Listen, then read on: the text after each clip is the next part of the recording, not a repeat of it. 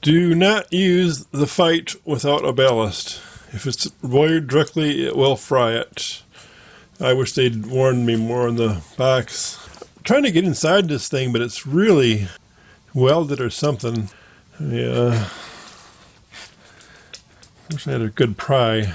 Any suggestions, let me know how I might get in there.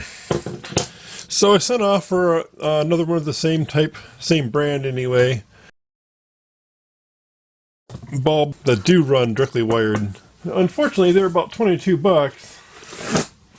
and the fight, which is a nice bright bulb, but unfortunately ends up using a lot more than 15 watts. It's used almost as much as the original bulb, so that's the downside.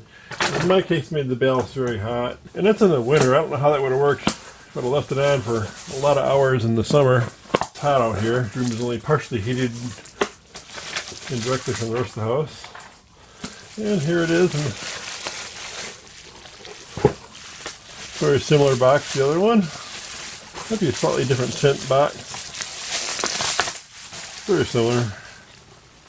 But this one is regular bright white. What do they call it? Daylight or whatever they call it.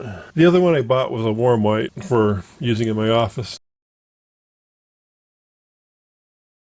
So at this point I should be able to pop this in and it should work. And here's how it's packed up.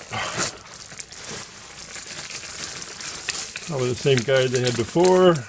The other one. This should rewire it, kind of vaguish. This is a nice way, but mine had a different ballast circuit. You can see the earlier videos to see how that worked. There was just a choke in series, not a full ballast like that.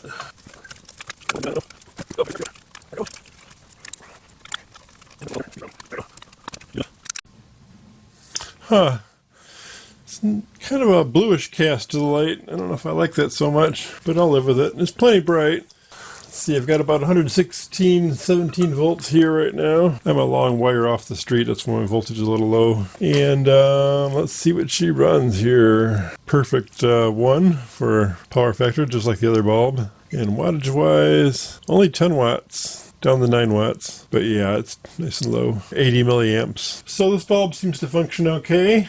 A little bit pricey at $22 on eBay. I couldn't really find a direct wire any cheaper. Let me know if you do know. The type where you don't replace the ballast are only about $12 in my local store here, and I saw at Menards they were under $9. So that's a really economical choice. And me burning this bulb out being casual, I frapped the bulb with directly wired power and killed the bulb instantly. I should have put the dim bulb tester in series with it. It would have told me right off the bat that I needed something to restrain it. Anyway, shoulda, coulda. And an update on my warm white Satco. Still working fine. I like the light out of this one. I went through a 2-day period where this light didn't work. I really don't know why. If the switch is bad or the light's bad or something else going on. The plug fits nice and tight.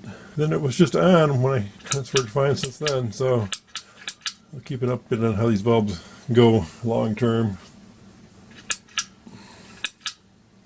I just want to see if on this bulb, if these are shorted together like they are on the other bulb, and they aren't. Interesting. That's why I didn't pull a lot when I had the switch grounded down. Okay, interesting. So unlike the other bulb, the fight bulb does not have these tied together. This is the switch from the first lamp I did that I shorted the line right through the switch. Line power got shorted through the switch. That's why it's all burned up inside. This switch is kind of interesting. It has a momentary function when the plunger is down all the way. Shorts a couple of contacts out. It also has an on-off function with this roller deal here. Anyway, you get the idea. So it would nudge it with the tabs, and if you push it straight down, it would short it. Bam. Otherwise, it would do the alternating thing as it nudged it. So kind of cool.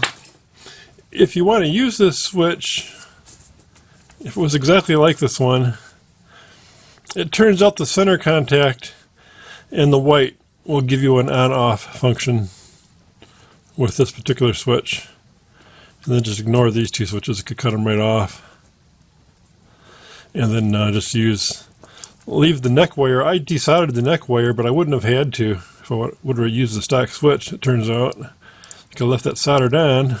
So here's the black wire from the neck, already hooked to the switch. So here's the white wire from the switch. Then that would go to my white and black wires from one side of the socket.